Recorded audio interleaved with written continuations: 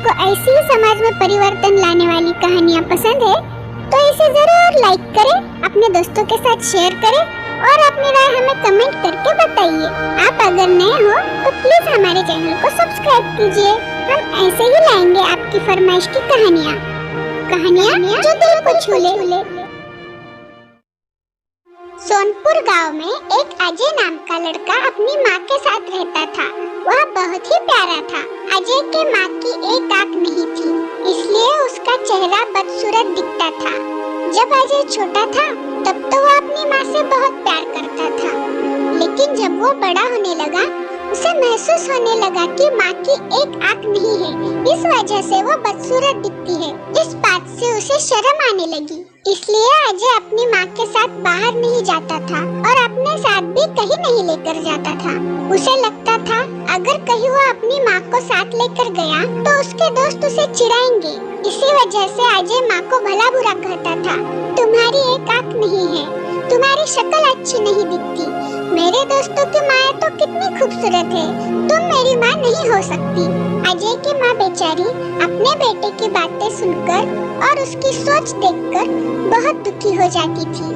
अपने बेटे की ऐसी बातें सुनकर माँ का दिल बैठ जाता था। ऐसे ही एक दिन अजय अपना खाने का डिब्बा लिए बगैर ही पाठशाला जाता है, तो अजय दिन भर भूखा न रहे इसलिए अजय की माँ खाने का डिब्बा देने के लिए पाठशाला जाती है। अचानक अपनी माँ को पाठशाला में देखकर अजय को अपने दोस्तों के सामने बेइज्जती महसूस होती है और उसे अपनी माँ पर बहुत गुस्सा आता है। फिर वो घर जाकर माँ को गुस्से से बोलता है, माँ मैंने कितनी बार बोला तुम मेरी पाठशाला में मत आया करो, तुम क्यों आई पाठशाला में? तुम्हारी वजह से मेरी कितनी बेइज्जती हो गई, सब दोस्त मेरा मजाक उड़ा रहे होंगे, इस बेइज्जती से तो भूखा रहना ही अच्छा था।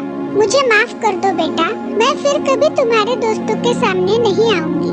और रोने लगती है, लेकिन फिर भी अजय की माँ हमेशा उसका ख्याल रखती है और जिंदगी में उसे किसी भी चीज की कमी नहीं होने देती।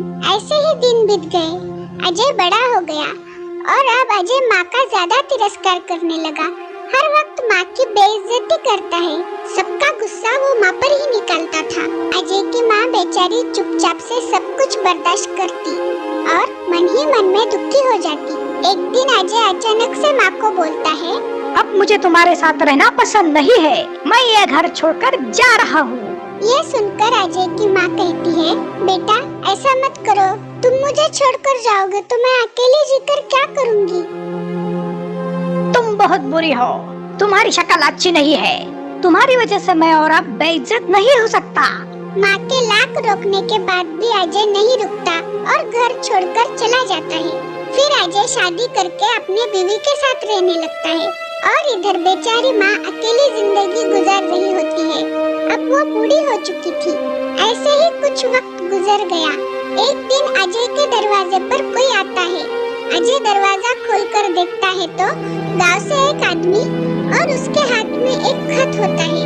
वह आदमी अजय से बोलता है, अजय तुम्हारी माँ अब इस दुनिया में नहीं रही, आखिरी समय में वो तुम्हारे लिए ये खत छोड़ के गई है, ये रहा वो खत। खत हाथ में देकर वहाँ से चला जाता है। ये खबर सुनकर अजय थोड़ा दुखी होता है और फिर अजय अपनी माँ का खत खोलकर पढ़ने लगता है। उसमें लिखा रहता है, बेटा अजय, मेरी एक आँख न होने की वजह से तुम्हारी जिंदगी भर बेइज्जती होती रही, इसका मुझे बहुत दुख था, पर आज मैं तुम्हें एक बात बता रही हूँ जो मैंने तुम्हें पहले कभी नहीं बताई। अजय, जब तुम छोटे थे ना तो तुम बाहर खेल रहे थे, तो खेलते खेलते तुम गिर गए और तुम्हारी आँख में चोट लग गई। फिर मैं तुम्हें अस्पताल लेकर गई तो डॉक्टर ने कहा तुम्हारे बेटे की एक आँख खराब हो गई। अब इसका एक ही हल है कि कोई अपनी एक आँख इसे दे दे। मैंने जरा भी वक्त जाया न करते हुए तुम्हें अपनी आँख दे दी ताकि तुम्हें जीवन भर कोई तकलीफ और बेइज्जती ना हो। उस दिन मेरी एक आँख निकालकर तुम्हें दे दी गई और उस दिन से मेरी एक आँख नहीं है। उस दिन के बाद से मेरी शक्ल अच्छी नहीं दिखती थी। बेटा, मैं तुम्हें एक बात बताना चाहूँगी। माँ बदसूरत और अंधी हो सकती है, लेकिन माँ कभी बुरी नहीं हो सकती। ये बात समझते ही अजय फूट फूट कर रोने लगा उसके प्रायश्चित की कोई सीमा नहीं रही। अजय को माँ से मिलने की बड़ी तमन्ना हो रही थी। वो अपनी माँ से दिल से माफी मांगना चाहता था, पर अब बहुत देर हो चुकी थी। वो जिंदगी भर इस बात से पछताता रहा, काश मैं माँ से एक बार मिल पाता और 2 प्यार भरे शब्द बोलता, जिसे सुनने के लिए जिंदगी भर माँ के कान तरस गए। तो इस कहानी से हमें यह सीख मिलती है कि दुनिया में सब कुछ मिल सकता है, लेकिन माँ की ममता और प्यार दोबारा नहीं मिलता। चाहे कुछ भी हो जाए, कभी किसी कारण अपनी माँ को खुद से अलग नहीं करना चाहिए।